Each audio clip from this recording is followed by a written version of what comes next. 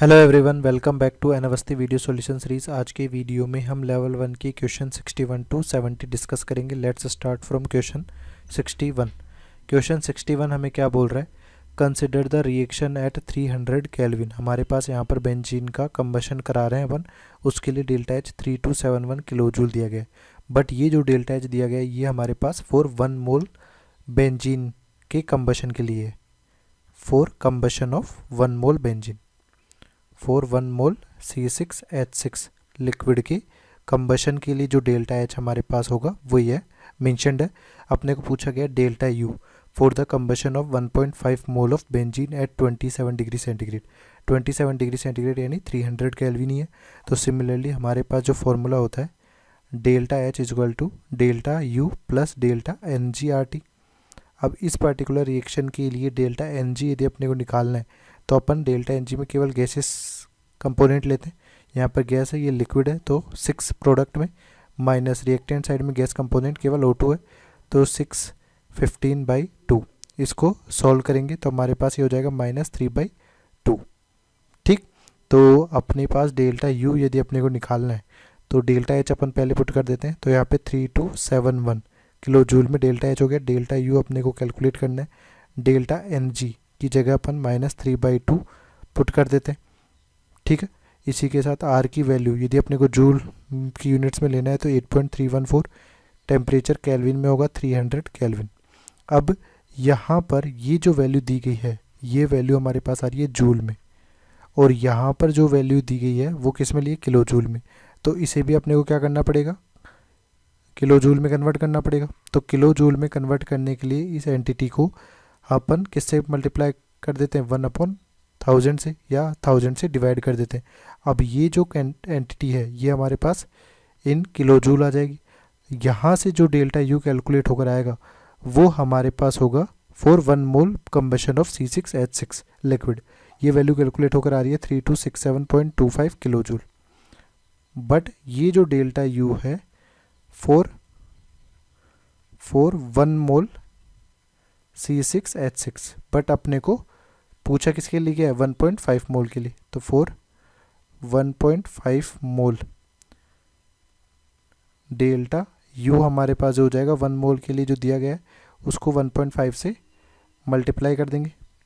1.5 से मल्टीप्लाई करने के बाद में ये जो वैल्यू हो जाएगी 4900.88 किलो जूल, जो कि कौन से ऑप्शन से मैच कर रहा है, यहाँ पर option B is the correct answer. ठीक है, नेक्स्ट है 62 में हमें बोला गया है for the reaction FeCO3 solid FeO plus CO2 में कन्वर्ट हो रहा है। तो डेल्टा एच हमारे पास 82.8 किलो जूल है 25 डिग्री सेंटीग्रेड पर। डेल्टा ई या चेंज इन इंटरनल एनर्जी हमारे पास 25 डिग्री सेंटीग्रेड पर क्या होगा। तो इस पर्टिकुलर रिएक्शन के लिए यदि अपन डेल्टा एन जी निकालें तो डेल्टा एन जी हमारे पास CO2 यानी 1, यहाँ पे सॉलिड कंपोनेंट है ये 1 ही रह जाएगा। टेम्परेचर हमारे पास 25 डिग्री सेंटीग्रेड है, तो 25 + 273 ये हमारे पास टेम्परेचर जो हो जाएगा दैट इज़ 298 केल्विन। अब अपने को यहाँ पर जो पूछा गया है वो डेल्टा यू पूछा गया है, तो delta H is equal to delta U plus delta N G R T, ये अपन फॉर्मूला यूज़ करेंगे। अब डेल्टा एच की जो वैल्यू दी गई है वो हमारे पास दी गई है 82.8 किलो जूल, ये हमारे पास है किलो जूल में डेल्टा यू।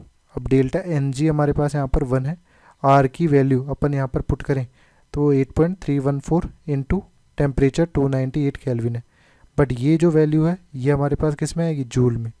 इसको किलो जूल में कन्वर्ट करना है, तो इस पूरी एंटिटी को अपन 1000 से डिवाइड कर देंगे जिससे कि ये किस में आ जाए, इन किलो जूल आ जाए। अब अपन जो एक्सप्रेशन यहाँ पर डेल्टा यू का कैलकुलेट होकर आएगा वह किस में आ जाएगा, किलो जूल में आ जाएगा। तो 80.32 यहाँ पर आंसर होगा, जो कि कौन से ऑप्शन से मैच कर रहा है, option B is the correct answer. ठीक है, इसी तरह से अपन नेक्स्ट क्वेश्चन देखते हैं। At 5 × 10⁵ bar pressure density of diamond and graphite are given respectively at certain temperature T. Find the value of delta U minus delta H for the conversion of 1 mole of graphite to 1 mole of diamond. यानी हमारे पास graphite और diamond जो होते हैं वो carbon के allotropes होते हैं। कि यहाँ पे कार्बन ग्रेफाइट जो है वो किस में कन्वर्ट हो रहा है, कार्बन डायमंड में। ठीक है, दोनों के दोनों 1 मोल है, ये 1 मोल है, तो कार्बन का 1 मोल का जो मास होता है वो 12 ग्राम होता है, ये भी 1 मोल है तो ये भी कार्बन ही है, इसलिए इसका भी मास क्या होगा, 12 ग्राम ही होगा। डेंसिटी की बात करें तो हमारे पास ग्रेफाइट की जो डेंसिटी है वो 2 ग्राम पर सेंटीमीटर क्यूब है और इसकी जो डेंसिटी है वो 3 ग्राम पर सेंटीमीटर क्यूब है। तो डेंसिटी और मास अपने पास दिया हुआ है, तो वॉल्यूम का डेटा अपन आराम से निकाल सकते हैं, क्योंकि डेंसिटी हमारे पास क्या होता है, मास पर यूनिट वॉल्यूम। तो हमारे पास यहाँ पर मास डिवाइडेड बाय डेंसिटी करेंगे तो ये आ जाएगा 6 सेंटीमीटर क्यूब इसका वॉल्यूम है। डायमंड का हमारे पास 12/3 4 सेंटीमीटर क्यूब इसका वॉल्यूम है। इसको मीटर क्यूब में कन्वर्ट करना हो तो हमारे पास 6 × 10⁻⁻6 मीटर क्यूब, इसको अपन 4 × 10⁻⁻6 मीटर क्यूब लिख सकते हैं। तो अब अपने पास फॉर्म अपने को देखना है delta U minus delta H. तो एंथैल्पी जो होता है वो H = U + PV होता है। अब यहाँ पर दोनों तरफ डिफरेंशियल ले लें तो DH = DU प्लस यहाँ पर PdV + VdP। तो अपन यहाँ पर यदि गौर से देखें तो यहाँ पर हमारे पास प्रेशर जो है वो कांस्टेंट दिया हुआ है और वो कांस्टेंट प्रेशर हमारे पास है 5 × 10⁵ बार। प्रेशर हमारे पास है 5 × 10⁵ बार। तो प्रेशर हमारे पास यहाँ पर कांस्टेंट दिया हुआ है, इसका मतलब सिंपल सा है कि चेंज इन प्रेशर dP जो हो जाएगा वो 0 हो जाएगा। तो ये वाली टर्म हमारे पास क्या होगी, टेंड्स टू 0।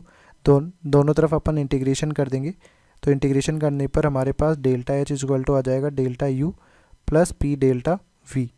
अब अपने को delta U minus delta H निकालना है तो ये माइनस P डेल्टा V हो जाएगा। अब प्रेशर हमारे पास जो दिया गया 5 × 10⁵ बार है और वॉल्यूम अपन ने मीटर क्यूब में लिया है, तो अपन प्रेशर को भी ऐसा यूनिट में कन्वर्ट कर सकते हैं। तो ऐसा यूनिट में कन्वर्ट करने के लिए 1 बार हमारे पास जो होता है वो 10⁵ न्यूटन पर मीटर स्क्वायर होता है। तो हमारे पास जो प्रेशर P है वो 5 × 10⁵ बार है, इसको अपन 10⁵ से मल्टीप्लाई कर देंगे तो ये न्यूटन पर मीटर स्क्वायर में हमारे पास प्रेशर आ जाएगा। इसे अपन यहाँ पर पुट कर देते हैं 5 × 10⁻10। ठीक है, और चेंज इन वॉल्यूम की बात करें तो हमारे पास डायमंड 4 - 6 × 10⁻⁻6 ये चेंज इन वॉल्यूम हमारे पास है। तो इसको सॉल्व करेंगे तो यहाँ से माइनस आएगा, माइनस माइनस प्लस हो जाएगा और सॉल्व करने पर 100 × 10⁻³ जूल यानी 100 किलो जूल हमारा आंसर होगा। कौन से ऑप्शन से मैच करेगा, option A is the correct answer. ठीक है, नेक्स्ट है 64। इसमें पूछा गया predict which of the following reaction has a positive entropy change. अब एंट्रोपी चेंज अपने को देखना हो किसी भी केमिकल रिएक्शन के लिए तो entropy of product minus entropy of reactant अपन देख सकते हैं। और एंट्रोपी का या रेंडमनेस का अपन सॉलिड लिक्विड या गैस फेज में देखें तो सबसे ज़्यादा एंट्रोपी होती है गैस की, देन लिक्विड की, देन सॉलिड की। तो अपन सिंपली डेल्टा Ng की वैल्यू देख सकते हैं। यदि डेल्टा Ng वैल्यू यदि इंक्रीज़ करेगी तो चेंज इन एंट्रोपी भी हमारे पास क्या होगा, इंक्रीज़ होगा, क्योंकि गैसेस कंपोनेंट हमारे पास क्या हो रहा होगा, इंक्रीज़ हो रहा होगा प्रोडक्ट साइड में।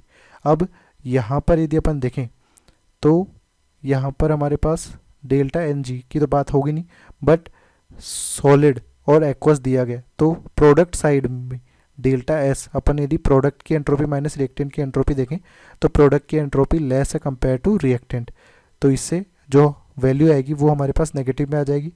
तो डेल्टा S यहाँ पर नेगेटिव रहेगा। बट यहाँ पर अपन यदि देखें तो यहाँ पर डेल्टा S हमारे पास क्या होगा, क्योंकि गैसेस कंपोनेंट प्रोडक्ट साइड में दिए हुए हैं तो इनकी एंट्रोपी ज़्यादा होगी किससे, NH4Cl से। तो entropy of product minus entropy of reactant करने पर ये वैल्यू पॉजिटिव आएगी। इसी तरह से यहाँ पर डेल्टा यहाँ पे दोनों तरफ गैसेस कंपोनेंट है तो आप डेल्टा Ng देख सकते हो। यदि डेल्टा Ng पॉजिटिव आएगा तो डेल्टा S भी हमारे पास क्या आएगा, पॉजिटिव आएगा। तो यहाँ पर 1 + 3 - 2 ये 2 आ जाएगा। तो डेल्टा Ng पॉजिटिव है तो डेल्टा S भी हमारे पास क्या होगा, पॉजिटिव हो जाएगा। तो पॉजिटिव एंट्रोपी चेंज सेकेंड और थर्ड में आ रहा है यानी option C is the correct answer. Next है 65। इसमें हमें क्या बोला गया है, predict which of the following reaction has a negative entropy change. किसमें नेगेटिव एंट्रोपी चेंज होगा, तो अपन यहाँ पर देखें, यहाँ पर गैसेस कंपोनेंट है और इधर भी गैसेस कंपोनेंट हमारे पास दिए हुए हैं। तो डेल्टा Ng यहाँ पर नेगेटिव होगा, नेगेटिव एंट्रोपी चेंज होगा where delta Ng is negative. ठीक है, तो डेल्टा एन जी नेगेटिव की बात करें तो यहाँ पर फर्स्ट वाली रिएक्शन में डेल्टा एन जी की वैल्यू अपन देखें तो 1 माइनस 3 है, माइनस 2 है, तो डेल्टा एस हमारे पास क्या हो जाएगा, नेगेटिव हो जाएगा। सिमिलरली यहाँ की बात करें तो यहाँ पर भी डेल्टा एन जी की बात करें तो ये 0 माइनस 2 है, यानी -2, तो यहाँ पर भी डेल्टा एस क्या होगा, नेगेटिव हो जाएगा। इस एक्सप्रेशन में देखते हैं, यहाँ पर डेल्टा एन जी की बात करते हैं तो delta N G 1 minus 0 positive दिया हुआ है, तो डेल्टा एस भी हमारे पास क्या होगा, पॉजिटिव ही होगा। तो नेगेटिव एंट्रोपी चेंज केवल फर्स्ट और सेकंड का, यानी option C is the correct answer. Next है 66, इसमें पूछा गया which of the following reaction is associated with the most negative entropy change in which delta Ng value is most negative, जिसमें सबसे ज़्यादा डेल्टा Ng नेगेटिव होगा। इसका मतलब हमारे पास में क्या दिया हुआ होगा कि रिएक्टेंट साइड में एंट्रोपी की वैल्यू ज़्यादा होगी बजाय प्रोडक्ट की।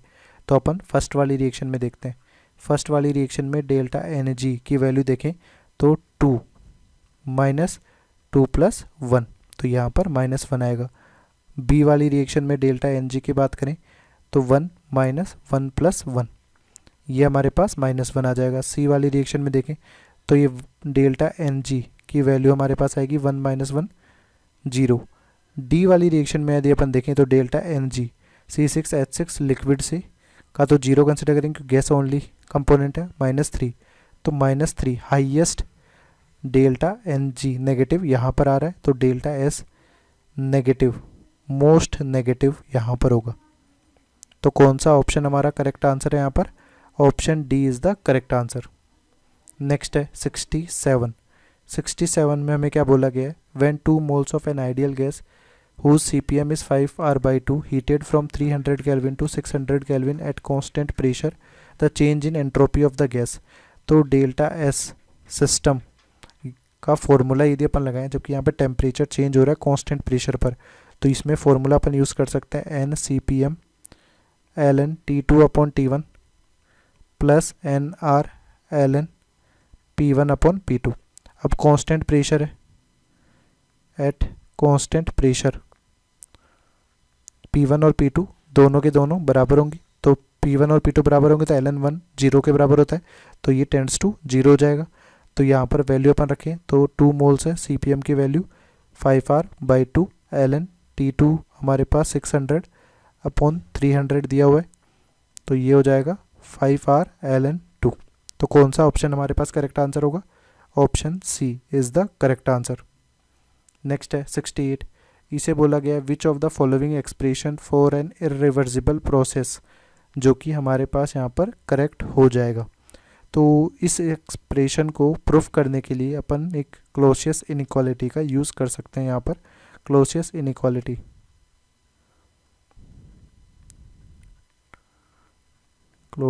इनइक्वालिटी में क्या होता है कि cyclic integral of del Q irreversible by T, ये हमारे पास लेस देन होता है 0 के। अब अपन एक साइक्लिक प्रोसेस लेते हैं, जैसे कि यदि अपन A से B जा रहे हैं और फिर B से A आ रहे हैं। अब इस साइक्लिक प्रोसेस में A से B जाने पर हमारे पास जो प्रोसेस का टाइप है वो इरिवर्सिबल, और B से A आने पर ये लेट से मान लिया अपन ने रिवर्सिबल है। बट किसी भी साइक्लिक प्रोसेस में एक भी स्टेप यदि इरिवर्सिबल हो रहा है तो ओवरऑल साइक्लिक प्रोसेस हमारे पास क्या होता है, irreversible. Overall cyclic process is irreversible. ठीक है, अब अपन यहाँ पर देखेंगे कि कौन सा एक्सप्रेशन हमारे पास यहाँ पर करेक्ट हो सकता है। तो अपन क्या करते हैं कि इस साइक्लिक प्रोसेस के लिए एक्सप्रेशन लिखते हैं। तो अपने पास यदि अपन A से B जा रहे हैं तो उसके लिए del Q irreversible by T आएगा, प्लस फिर अपन B से A आ रहे हैं, क्योंकि अपन क्लोसियस इनइक्वालिटी में del Q बाई T का जो रेशियो है वो लेस देन 0, यानी इन साइक्लिक इंटीग्रल पूरा का पूरा इरिवर्सिबल प्रोसेस दिख रहा है, तो del Q बाई T का जो समीशन होगा वो लेस देन 0 ही आएगा। बट यहाँ पर अपन जैसे ये रिवर्सिबल के रेस्पेक्टिव टर्म्स को यूज़ कर रहे होंगे, तो ये जो कंबाइंड वैल्यू होगी ये हमारे पास क्या आएगी, लेस देन 0 होगी। अब आप क्या करें कि हमारे पास B to A ये जो एक्सप्रेशन है del Q reversible by T, इसे अपन डी एस या एंट्रोपी चेंज से भी रिप्रेजेंट कर सकते हैं। तो ये वैल्यू जो हो जाएगी ये आ जाएगी डी एस के बराबर, और इस वैल्यू को अपन उधर ले जाएं तो हमारे पास क्या आ जाएगा minus A to B del Q irreversible by T. अब आप क्या करें, दोनों तरफ ही नेगेटिव से मल्टीप्लाई कर दें। तो जैसे हमारे पास लेट से कि -4 और -5 ये वैल्यूज़ दी गई हैं, तो इनमें से बिगर टर्म कौन सा है, हमारे पास ये -4 बिगर टर्म है। दोनों तरफ ही माइनस से मल्टीप्लाई कर देंगे तो इधर -4 हो गया और इधर भी -5 हो गया। तो अल्टीमेटली ये +4 और ये +5, तो हमारे पास ये जो साइन है ये चेंज हो जाएगा। सिमिलरली यहाँ पर होने वाला है कि यदि दोनों तरफ अपन ने माइनस से मल्टीप्लाई किया तो ये साइन क्या हो जाएगा, चेंज हो जाएगा, ए से B del Q irreversible by T.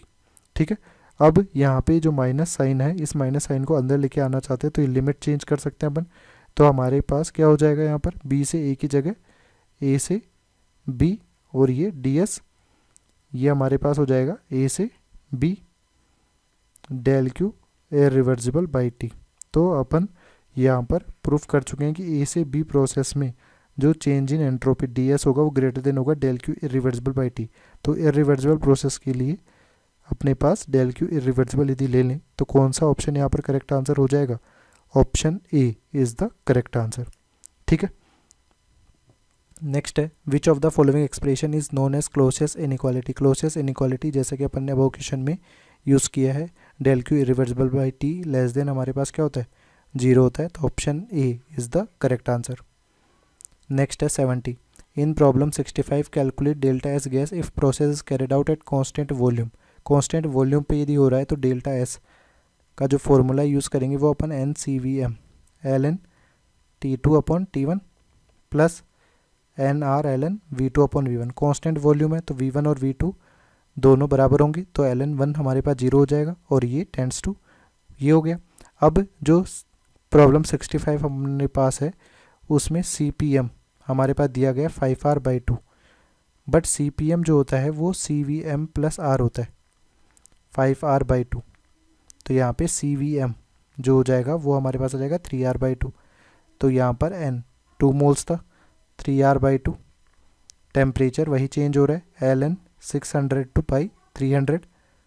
तो इसको आप 3r/ln2। तो कौन सा ऑप्शन हमारे पास करेक्ट आंसर होगा, option C is the correct answer.